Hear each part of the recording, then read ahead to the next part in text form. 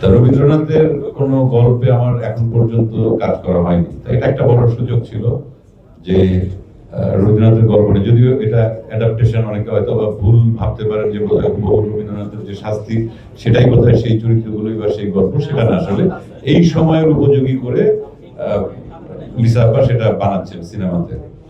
তা এটা একটা সুযোগ আমি মনে করি যে এই ধরনের চরিত্রে বা গল্পে কাজ করা। আর দ্বিতীয়ত, আমরা যারা টিম মেম্বার আছি এখানে, আমি এখন পর্যন্ত যে কয়েকজনকে জানি, লিজা আপার বাড়ির নাম শাহানা দেখার পর আমার মনে হয়েছে যে উনি দারুণ কাজ করেন। ওনার কাজের আরো বিস্তৃতি ঘটা উচিত, সেটা দেশে অথবা বিদেশে, এবং আন্তর্জাতিক পরিমণ্ডলে আমাদের যে অর্জন, যেটা আরিফ যেটা বললো যে এই মুহূর্তে রটারডামে আমাদের 3টা ছবি প্রদর্শিত হচ্ছে, এটা কিন্তু কম গর্বের কথা না। একই বছরে 3টা ছবি আন্তর্জাতিক এরকম একটি মানে চলচ্চিত্র আসরে প্রদর্শিত হচ্ছে, এটা আমাদের জন্য গর্বের। এবং সবকিছু সম্ভব হয়েছে আপনারা সাথে আছেন, আপনাদের প্রচারণা, দর্শকদের সাপোর্ট, যে আমরা এরকম কাজ করতে পারি। ভালো ভালো নির্মাতা আমরা পেয়েছি, ভালো ভালো টেকনিশিয়ানস পেয়েছি।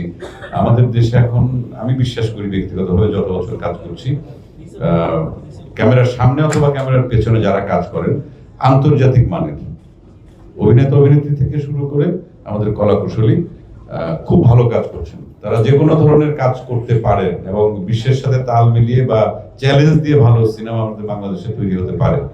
আমরা সেই জায়গাটা আমরা পেতে পারি, এটা আমি বিশ্বাস রাখি। আর ফান করে হলে পরে আনানের সঙ্গে বাড়ির নাম শাহানা দেখার পর একদিন কথা হচ্ছিল ওর বাসাতেই, আড্ডা দিতে দিতে আমি, ছোটন, আনান, যে আমরা একসাথে বোধহয় একটা কাজ করা উচিত। আনানের অভিনয় আমি খুব আমার ভালো লেগেছিল, তখন বলেছিল হ্যাঁ আমরা কাজ করবো। এত তাড়াতাড়ি যে সেটা সম্ভব হবে লিসা আপার কারণে আমি সেটা বুঝতে পারিনি। আর পরিমাণের কথা কি বলবো, এটা তো বলার কোনো অপেক্ষায় রাখে না।